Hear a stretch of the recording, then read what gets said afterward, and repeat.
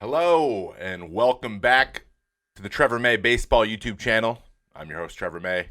And today, I thought, because I have a lot of videos kind of in the works at the moment, a lot of footage to get out in the world, on the field and such, that I would do a quick AMA answering my most asked questions of 2019. And let's just get into it. Let's start with question one. That is from AJX Rodriguez. He asks, when are you a free agent? I am a free agent in 2020, following the 2020 year. So I am going into my last year before free agency this coming year. So I am in the third year of arbitration. I've done a lot of video on talking on Twitch about how arbitration works and all of that kind of stuff. So if you want to check out, you can go into my Twitch stream and check that out. But yeah, I am a free agent going into the 2021 season. Question numero 2. M. Cummins asks, what's the fastest you've ever thrown? Funny you should ask. You should check out this clip of me answering that question on stream. Clip it. Ready to clip it. Clip it. Clip it. 100. Towards second. Out at second. 100. Double play. And May by innings and faces just 3. It's 100. And that's what I'm sticking with. Question number 3. Hunter asks, how did you get your velocity up while still having nasty stuff? Thank you, Hunter, for thinking my stuff is nasty. For those of you that don't know, stuff means it's that intangible goodness about your pitches, basically. But getting my velocity up, there's a bunch of things that have kind of factored into this. I'm going to go way more into depth on the subject in the future in some live videos of me demonstrating some things and some exercises. But in short form, really quickly for these purposes, it's a lot of work within what we call the kinetic chain, figuring out how that works for me, and doing exercises to open up things or loosen up things that need to be loosened, and also strengthen things that need to be strengthened. That factored in with a good long toss routine and a lot of energy levels has allowed me to increase my velocity. And question number 4, Rolandson Austin, assuming it's Austin Rolandson, asks, how do you deal with negativity, or how do you develop your resiliency? I've been thinking a lot about how I would like to answer this question. I think there's a lot of good information out there and a lot of good ways to approach it. I think that it begins with perspective. It's a good practice to get into of realizing where that negativity is coming from who and why. And then with that usually comes realization that they really don't have any idea what it's like to be in your shoes, and their opinion really doesn't matter.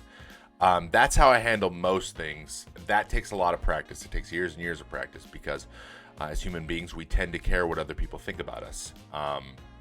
And there's no such thing as really getting rid of all of that. But there are ways to handle it. Another thing that I've done is trying to practice being in the moment as much as humanly possible. Seeing success within my own standards I set for myself, so that the only time I'm disappointed or negativity gets to me is when I fail within my own standards. So as long as you are able to stay within that and you have a clear idea of what you want to happen or want to be, then you need to find a way to be okay with results happening in that frame. Set your own goals, set your own standards for yourself, and hold yourself to those. And do your best to have perspective and have empathy for why people might be negative or critical of you, and go from there. Rory _ asks, what is your favorite moment of your MLB career so far, for question 5? My favorite moments, I have 2 big ones in my head. One, my favorite moment beyond, bar none, top of the list, is making my major league debut in Oakland Coliseum. I started against Jeff Samardzija in 2014, August 9th, 2014 to be exact, and faced my first hitter, Coco Crisp, who swung the first pitch and popped up foul, and I was able to get an out, my first pitch ever thrown in the major leagues. The rest didn't go very well, but I'll never forget that day. I'll be eternally grateful for that day, no matter how it went, because I was told beforehand to kind of go out there, take the mound, look around, rub the ball down, look at the fans, listen to the fans taking the sounds, and just remember that moment. I feel like I did a pretty good job of that, and it'll never leave me. It was one of the best days of my life. But a big moment again for me in my career, for when I ascended from just a rookie who was getting his feet wet into someone who was competing at the major league level and finding some success. It was an outing, a matchup with Chris Sale in Chicago. Later, it might have been my 8th start, and we had the lead, and I had the opportunity to get the win as long as I stayed in the game. We were in the 4th inning or something, and things were kind of going backwards on me, kind of the same way that it had been in other starts. And those hadn't gone as well as I wanted them to go. I didn't finish strong. I kind of went out on a negative note for pretty much every start going up into that time.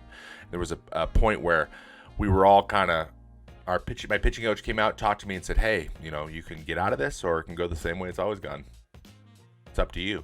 And Trevor Plouffe said basically the same thing, like, "Let's go. It's up to you. Get out of this." And there was a guy on second, third. There was no outs, and we were up 4-2. And I struck out the side after that. And I was as fired up as I possibly could be for 2 teams that were very clearly out of contention and playing at that time. But they were big outs. I needed it for my confidence moving forward. And that day is when I really realized that, this is where I belong. Question 6. Scotty asks, I play high school baseball and I pitch, but I get nervous on the bump. Any tips? Yes. Let me take you back to what I said about negativity. It's very important to have perspective. How much does this game mean to you? How much does this inning mean to you? So forth and so on. It kind of tends to say, okay, this isn't the biggest thing in the world. The world's not going to end if this doesn't go exactly the way I want it. And that tends to just it softens it just a little bit, but that doesn't do everything you need it to do.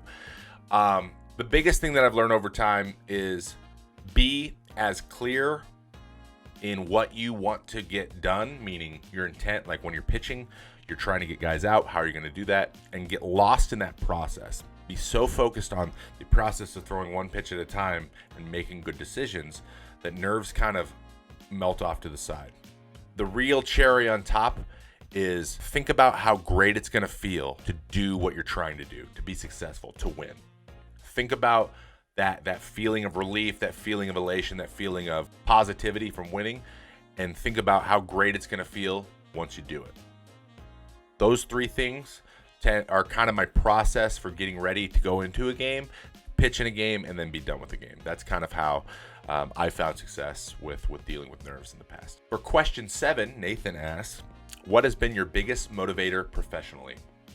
I think my biggest motivator is gratitude. At this moment, I think that's something that I've realized is kind of underscoring everything I've done up to this moment. Is I have very unique opportunities.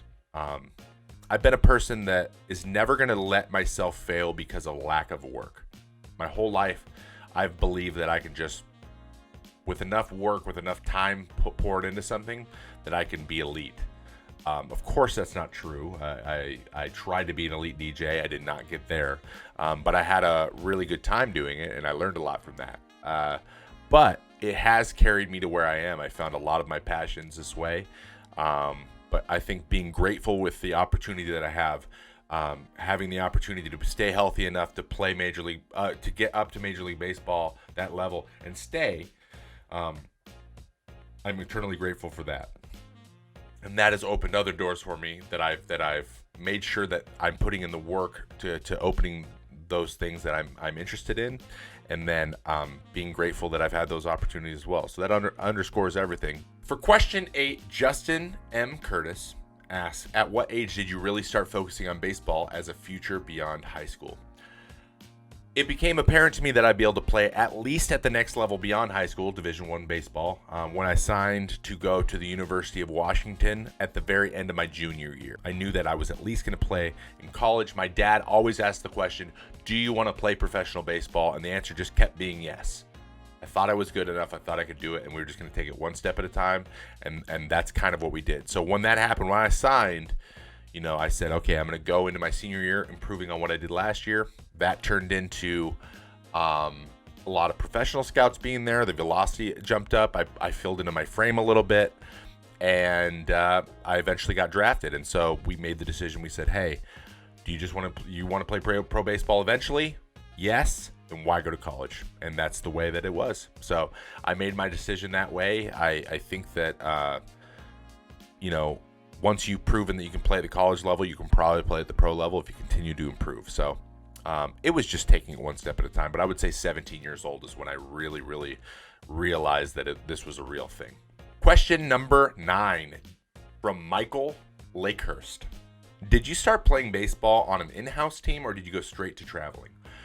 So how it worked growing up is we play quote-unquote regular season, which is in-house. It's like a local league. Where I'm from, Kelso, Washington, is kind of a small town, so everyone played in that league. Like all the baseball players played against each other in regular Cal Ripken up to 12 years old, and then Babe Ruth from 12 to 15, and then you played travel ball after that.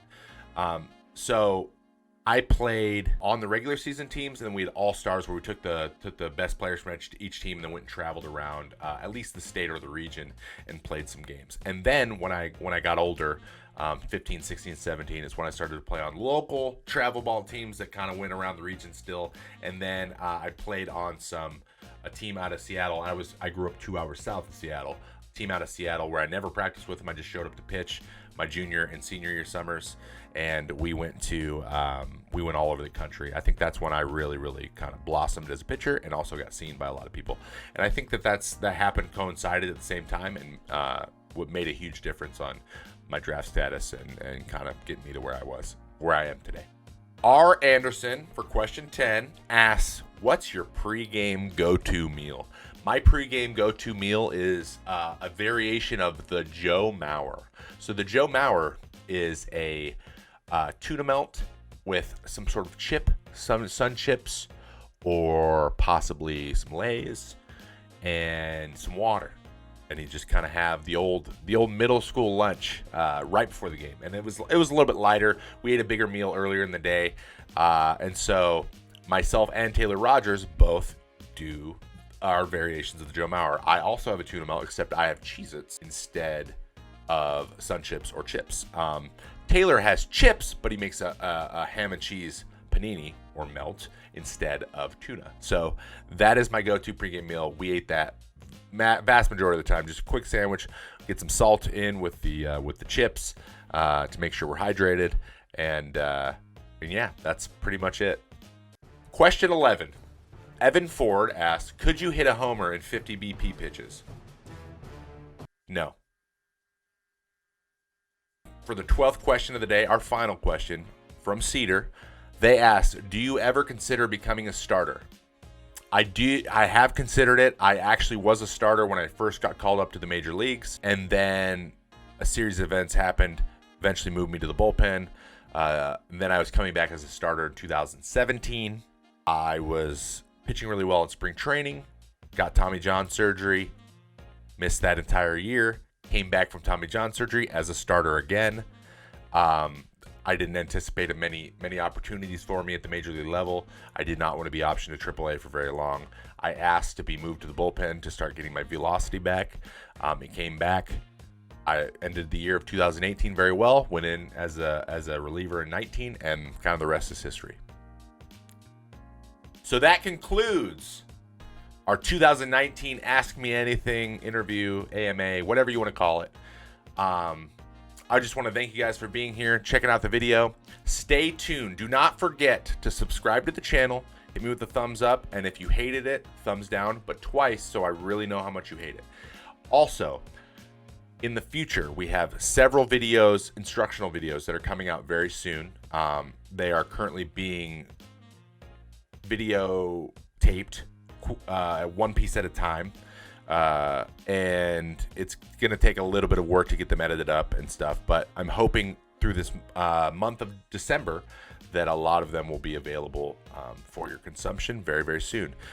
First in that group will be on Focus. It is the sequel past Intent, which was our last video we put out. Focus goes along with Intent in that IFE sequence in throwing pitches. We'll get into that a lot in the Focus video. That is the closest to being done, so that will be our next one. So don't forget to check in on the channel, make sure you're not missing anything, and follow on the Twitter. I am Trevor May. On Instagram, TrevMay65. And if you're interested in the gaming side of my life, my other YouTube channel is I am Trevor May, as well as on Twitch. It is also I am Trevor May. I hope you have a wonderful day, and I'll see you next time here on Trevor May Baseball.